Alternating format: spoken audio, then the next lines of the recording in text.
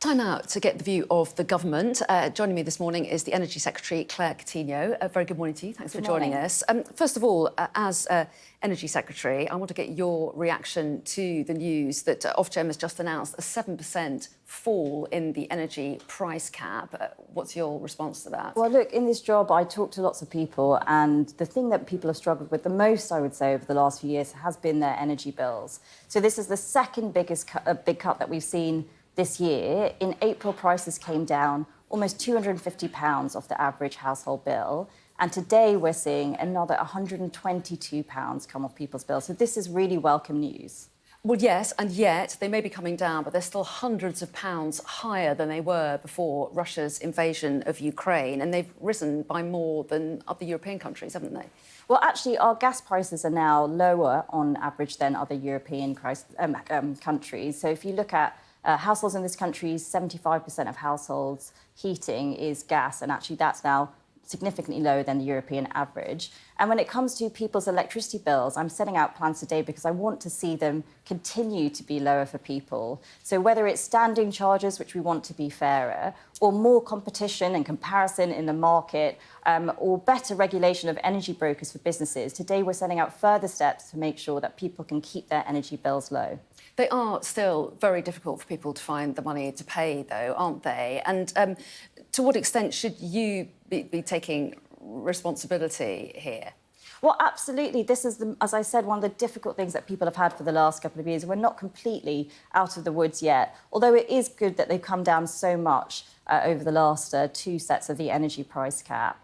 And that's why, it's a general election and there's a very clear choice ahead. And our plan is to keep making sure that people have cheap energy. And that's by putting lots of cheap energy into the system, but also, as I said, bringing about fairer competition, more tariffs so that people can get cheaper bills on the other side as well. But in stark contrast, you've got Labour's plan. And actually, even independent experts are saying that Labour's plan would not only harm our energy security, our ability to keep the lights on, but it would also increase people's bills. And when it comes to their targets, which no other country has, when it comes to, for example, decarbonising the grid by 2030, that would lead to higher taxes for people as well. Exactly the last thing they need, having been through a cost of living struggle. Well, Labour says that that's nonsense as far as energy security is concerned. They say that their plans will give the country just that. And they also say that their plans for more renewable energy will lower bills. Well, firstly, what plans? Nobody knows what these plans really are. And hang on a second, if you're saying that about renewable energy... They've laid out their plans about Great British Energy. £7 billion across the Parliament is nothing when it comes to energy investment. And actually, industry have said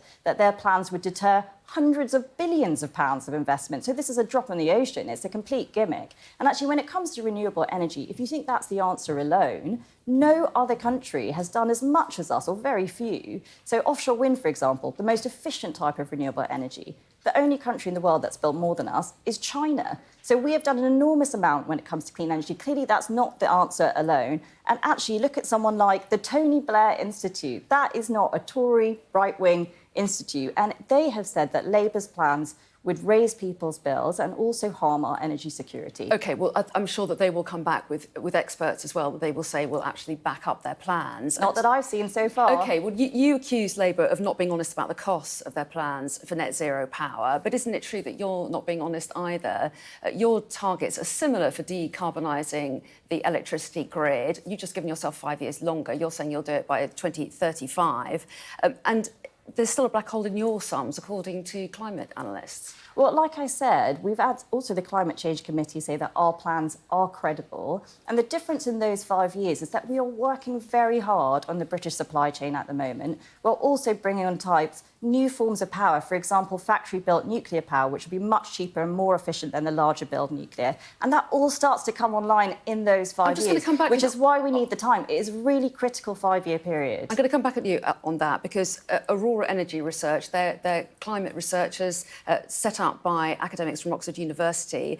They say that your plans stack out to a shortfall of £10 billion a year. Well, so our targets are stretching, but what we are saying is that we're going to do all of this in a fair way. And actually what you've seen from us is we've been the first country in the world to halve emissions, but we've done that in a fair and proportionate way. And this is the stark choice at the next election, because the Labour plan is not that. They want to rush ahead of everyone else. And actually independent experts, including Aurora, have looked at some of their plans and said that they will hike taxes massively and increase people's energy bills. Are you underestimating the mood of the nation on this, though? YouGov say that 59% of people say that the country is taking too little action on climate change. Are you kicking the can down the road? Well, like I said, no other major country. You look at the top 20 largest countries in the world, nobody has done it as much as the UK. We should be very proud of what we've achieved. It's something that I care passionately about. But there are two paths ahead of us now. It's between a party that wants to do this in a sensible way and protect people from household costs, and a party that's happy with policies like ULEZ, which heaps costs on the people who are least able to afford it. OK, well, you're Minister for Net Zero as well. Is it a good look having the Prime Minister travelling around the country thousands of miles for short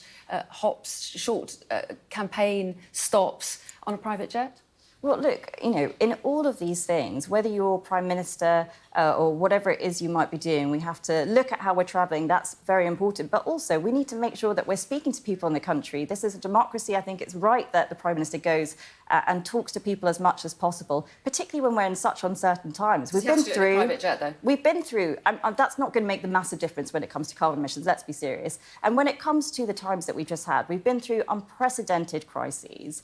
We've been through some of the biggest challenges that we faced in multiple generations. And I think it's right that the Prime Minister wants to get in front of people and talk to them. And actually, if we want to see who's afraid to go and talk to people, we should only look at Keir Starmer, who this morning has said that he won't commit to weekly debates. He won't tell people what he wants to think. We've never had weekly debates before, have we? We've never been in times like this before. We've never faced so much uncertainty around the world going into a general election. And actually, I think of Tory government, I think it's not just me saying this. I don't think anybody really knows what Keir Starmer thinks about so many things. When it comes to things like childcare or the economy, what are his plans? And I really think the country deserves to know that. Labour says it won't tear up the debate format to suit the whims of the Tory party. Why does Rishi Sunak need a weekly debate? Is that a sign of desperation? No, it's because we've got plans. We've got clear plans. We've got bold action that we want to set out to the country. And frankly, I don't know what's in Keir Starmer's cupboard. I've got no idea what he thinks about some of the biggest issues of the day. And as I said, these are really important times. It's been a very uncertain time for people. We've got all of these global challenges ahead of us.